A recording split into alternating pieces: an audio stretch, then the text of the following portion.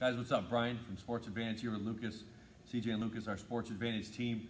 Today, in our episode of Edge Information, we want to talk about leadership. And leadership is a great topic for so many avenues, talking about youth athletes, professional athletes, coaches, parents, and we're going to give you some bullet points here. When you're an athlete, you can think about using these if you consider yourself to be a leader, you want to be a leader. It's also great for coaches, parents, looking for leadership in your different athletes. These are some great bullet points that you can use in selecting leaders and also then maintaining your leadership throughout your team. Okay, we've all been around really great programs, and at the end of the day, your season typically is dependent on how well and how good your leadership is within your team. Okay, so if you have poor leaders, typically you fall short of what your season expectations are. If you have great leaders, a lot of times you will hit or exceed your expectations. Okay, so I'm going to have Lucas talk here about accountability, which is our first bullet point. All right, so leadership, a big thing about it is accountability and ownership fall heavily into it. So what is accountability? It's knowing that you're going to your workout on time, so if you have an early workout, you're not out the night before doing something you shouldn't be doing. It's coming into the gym and giving everything you have, and when you leave the gym, it's making sure that you do what you need to do to recover. Also, accountability and ownership go into the results that you're getting.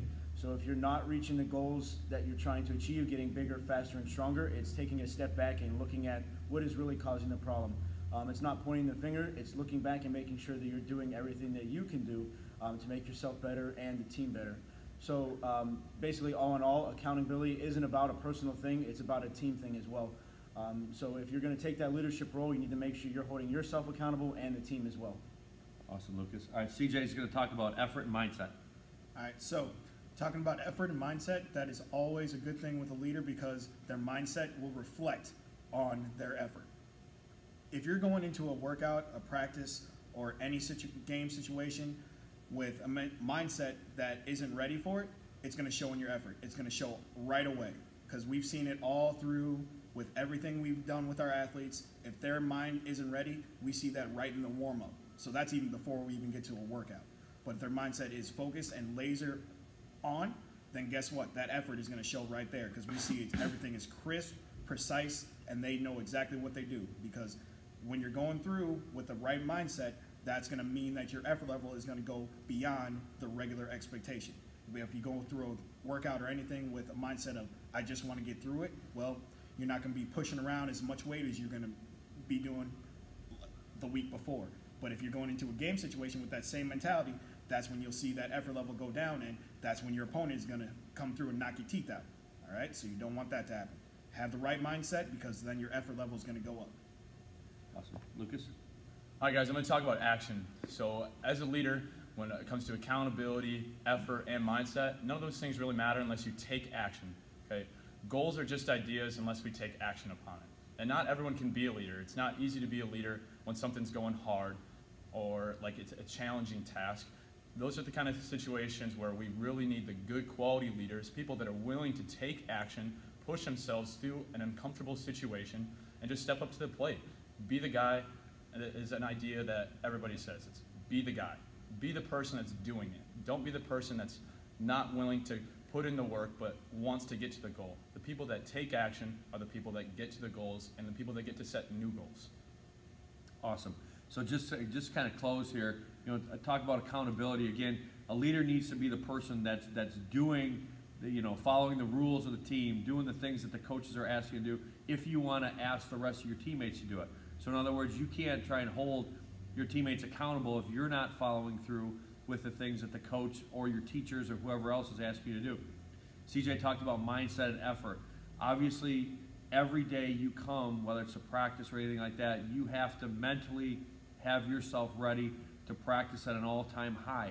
If you expect your teammates to do that, you have to be the one out in front showing everybody else, whether it's the younger players, whether it's guys that you've gone to school with that are your same age, that you're mentally prepared every single day and that you're putting forth the best effort, the effort that the coaches are asking for the team. Taking action, it's just about doing. It's just going out and doing it and making sure that you're the one that everybody sees out in front, okay? And I think one of the major misconceptions about these points is we all feel like kids should have these, that they're born with them. They're not born with them, okay? We all feel, and all of us have been competitive athletes and coaches, things like that, and so we learned them at some point in our life, but we forget that we had to learn them as well, okay? And that we have to teach kids how to be leaders. We have to teach kids how to be accountable. We have to teach them how to have the right mindset. Give effort, what 100% effort is. We have to teach them about taking action when it's tough, when it's hard, when there's hard conversations, that you're the person that's willing to have those, okay? The most successful teams, and I can use one for example, a good friend of mine, Steve Jones up in Kimberly, they have a 70-game winning streak, okay? And they actually teach their kids through the process of being leaders how to be a leader.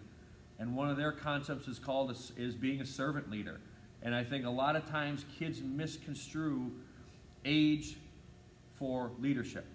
Okay, they feel like because they're the oldest, they're seniors, that they're the leaders because they're seniors. That's bullshit.